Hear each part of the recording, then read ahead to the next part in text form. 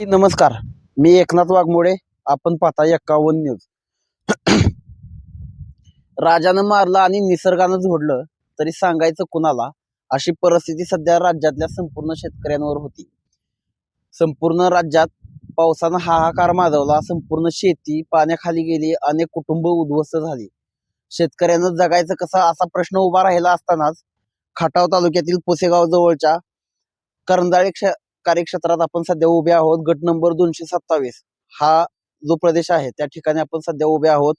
या ठिकाणचे जे शेतकरी आहेत ते शेतकरी दयानंद रामचंद्र तोडकर यांचं हे क्षेत्र आहे आणि त्या क्षेत्रात आपण सध्या उभे आहोत. SV कॉन्ट्रॅक्ट्स म्हणून जी काही कंपनी आहे नेर तलावामधून या ठिकाणाहून माझ्या पाठीमागे जो बघताय या अशा परिसरातून इथून पाईपलाईन त्यांनी खालीपर्यंत नेलेली आहे.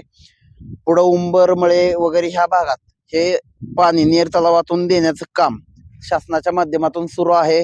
ग्रामविकास मंत्री जयकुमार गोरे यांच्या माध्यमातून हे काम म्हणजे पूर्णपणे ताकदीनिशी सुरू आहे.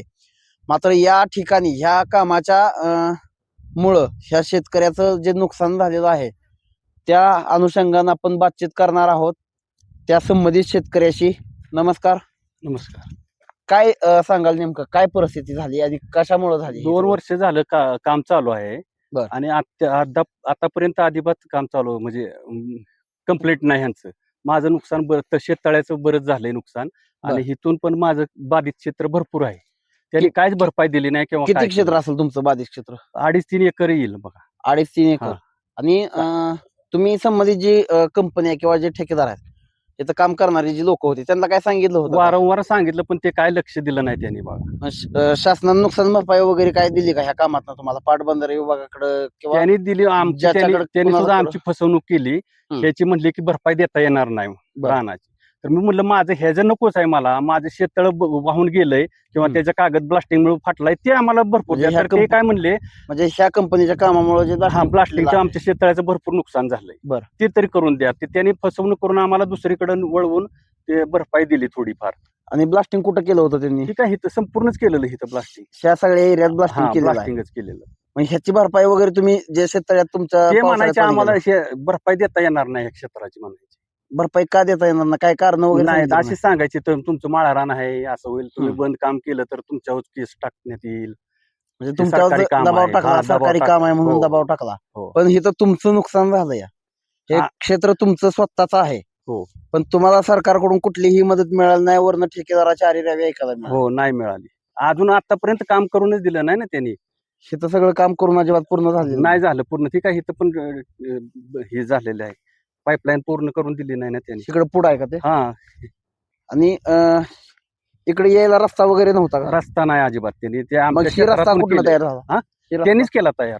त्यांनी इथं चराव रान होतं, जे पलीकडे दिसतंय की नाही तसंच हे चराव रान होतं. चरीवर राहणार हे बघा, गवत सुद्धा उगवलं नाही, काय नाही. आणि शेततळ कुठं आहे तुमचं? हे बघा शेततळ आहे. शेततळ इकडे आहे का? तिथली काय परिस्थिती आहे?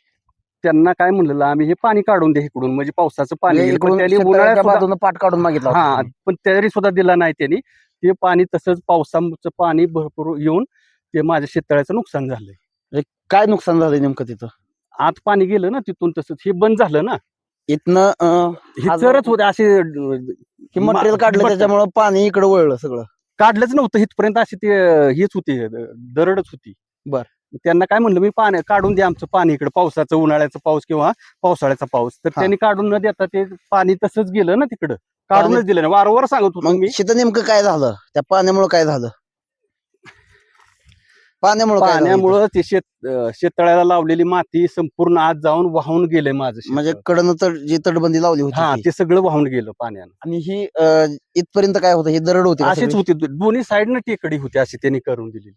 त्यांना मी वारंवार सांगत होतो इकडून ब्लास्टिंग काढलं जे मटेरियल आहे ते असं लावलं तसंच इथपर्यंत लावलेलं, काय काढलं नव्हतं. बरं, मग हिथलं काय जे थोडंफार मटेरियल होतं ते कुठं टाकलं त्यांनी? हित मुजवले ना परत काढून, थोडस मुजवलं इकडं, रस्त्याला टाकून दिलं ना सर्व. आता रस्ता करण्यासाठी टाकून दिलं ना. इथून असं खड्डा होता ना, ते भरून रस्त्यासाठी भरलं त्यांनी. इथं काहीतरी कॉक वगैरे आहे कसं काय?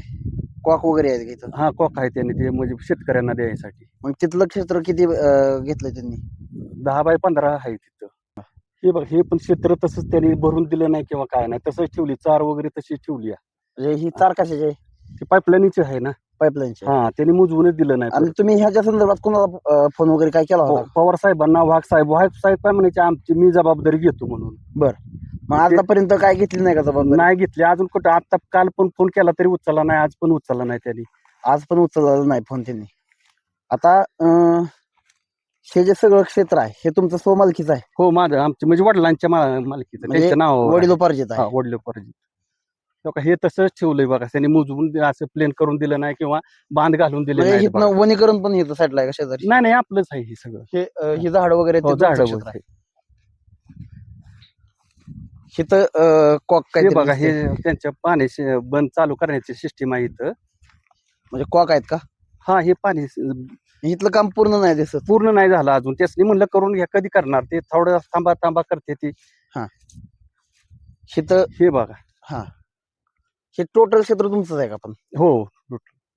आणि ह्याची काय भरपाई वगैरे दिली का तुम्हाला? काय नाही दिली नाही. तुम्ही मागितली होती काय? आम्ही मागितलेली, पण काय ते देऊ का किंवा असं रानात देता येणार नाही, तुम्हाला पाणी मिळणार आहे मग अशी ओढाओढीची उत्तर दिल्यानंतर तुम्ही तक्रार वगैरे काय केली होती का? आता कुणाला करणार, कंपनीच्या साहेबांनी सांगितलेलं. आणि परत पत्रकार साहेब, जठार साहेबांना सांगितलं. बरं. आणि तहसीलदार वगैरे त्यांना काय सांगितलं होतं? त्यांना काय, फक्त रस्त्यासाठी सांगितलंय त्यांना. म्हणजे रस्त्यासाठी? रस्ता नकाशातला आहे, पण तो बंद झालेला आहे, चालू करण्यासाठी. आणि मग आता सध्या इथं यायला जायला रस्ता कुठला आहे? टमटम सुद्धा येत नाही ह्या क्षेत्रात बघा. ह्या कंपनीनं केल्यामुळं मोठ्या गाड्या येते, नाहीतर टमटम किंवा अशा 4 व्हीलर, बोलेरो वगैरे काय येत नाहीत बघा. बरं. म्हणजे इकडे जे तुम्ही काय थोडंसं उत्पादन वगैरे घेताय मोटरसायकल नाही तर ट्रॅक्टरवर, त्याच्यावर न्यावं लागतंय बाहेर सगळं? हे पण पाईपलाईनच आहे बघा साहेब. पाईपलाईन? इथूनच अशी पाईपलाईन गेली ना आमच्या क्षेत्रातून, अशी समोर सरळ अशी पूर्णपणे इकडे पुढे गेली. इकडे अशी कुठपर्यंत गेलेली आहे पाईपलाईन? काय दहावडदरे, उंबरमळे. आणि तिथून इकडं खाली गेली का? मग आता ह्यात जर तुम्हाला नांगरायचं म्हणलं, हे क्षेत्र उपजाऊ करायचं म्हणलं, आता कसं ते दगडच निघते ना. म्हणजे ह्या कंपनीच्या कामामुळे हिचं सगळं दगडायचं. पडून राहिले बिअरच्या बाटल्या? हे कोणाच्या बिअरच्या बाटल्या आहेत इथं?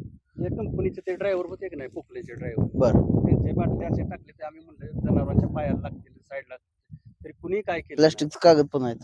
प्लास्टिकच्या कागद आहेत, चिकनची पिशव्या वगैरे इथं टाकून दिले, सगळ्या ग्रीसिंग केलेलं कपडे इथं टाकून दिले. आणि ते कंपनीचे नंबरी दगड आहेत की नाही, ते सुद्धा कंपनीनं उपटून टाकले. म्हणजे जे तुमच्या वडिलोपार्जित जे मेन नंबरी दगड होते ते सुद्धा. आणि इथं हे जे क्षेत्र आहे, तुम्ही मगाशी रस्त्याचा एक विषय सांगितला की नकाशाला असणारा रस्ता कुठून आहे? इकडून साईड नाही रस्ता नकाशाचा, तो सुद्धा बंद झालेला आहे. मग आता हा रस्ता इकडं असा दिसतोय, तो कोणी तयार केला? कंपनीनेच केलाय ना. कंपनीनं? गाड्या, डिझेलच्या गाड्या वगैरे येण्यासाठी, त्यांच्या गाड्या येण्यासाठी. मात्र ते पूर्वापार तुम्हाला पूर्ववत करून नाही दिलं अजून. ओके. तर मंडळी, हे होते दयानंद तोडकर. त्यांच्याशी आपण बातचीत केली. त्यांचं हे जे गट नंबर 227 मधील जे क्षेत्र आहे ते SV कॉन्ट्रॅक्ट्स कंपनीच्या बेजबाबदारपणामुळे कसं उद्ध्वस्त झालेलं आहे. इथली जमीन, जी पिकाऊ जमीन आहे, ती नापिकीकडं कशी वळली, किंवा इथलं जे क्षेत्र आहे ते शेतीच्या योग्य कसं नाही राहिलं, हे आता सध्या आपण बघितलं. याकडं संबंधित कॉन्ट्रॅक्ट्स असतील, कॉन्ट्रॅक्टर्स असतील, किंवा जी काही कंपनी आहे किंवा प्रशासन असेल, यांचं याकडे पूर्णतः दुर्लक्ष आहे. या ठिकाणी आताच आपण बघितलं की पाणी सोडायचा जो कॉक आहे तोही या ठिकाणी आपल्याला बघायला मिळाला. मात्र तिथलं काम जवळपास 2 वर्षापासून यांच्याकडून माहिती घेतली असता 2 वर्षापासून हे सगळं काम सुरू आहे. मात्र हे सगळं काम अद्यापही अपूर्ण अवस्थेत आहे. त्याच्यामुळं शेतकऱ्याची परिस्थिती संपूर्ण राज्यात दयनीय झाली असतानाच इकडं खटाव तालुक्यातील अशा परिस्थितीत इथला शेतकरीही संघर्ष करतोय. परिस्थितीशी 2 हात करत असताना सरकारी अधिकारी असतील, ठेकेदार असतील, किंवा कॉन्ट्रॅक्टर्स असतील, यांच्यामुळं या शेतकऱ्यांच्या अडचणीत अजून भर पडते. त्यामुळं याकडं प्रशासन, संबंधित कॉन्ट्रॅक्ट कंपनी आणि संबंधित जे सुपरवायझर असतील, इंजिनियर असतील, आणि संबंधित जे कोणी प्रशासकीय अधिकारी असतील, हे या संबंधित शेतकऱ्याला काय न्याय देतात हे बघणं खऱ्या अर्थानं महत्त्वाचं ठरणार आहे.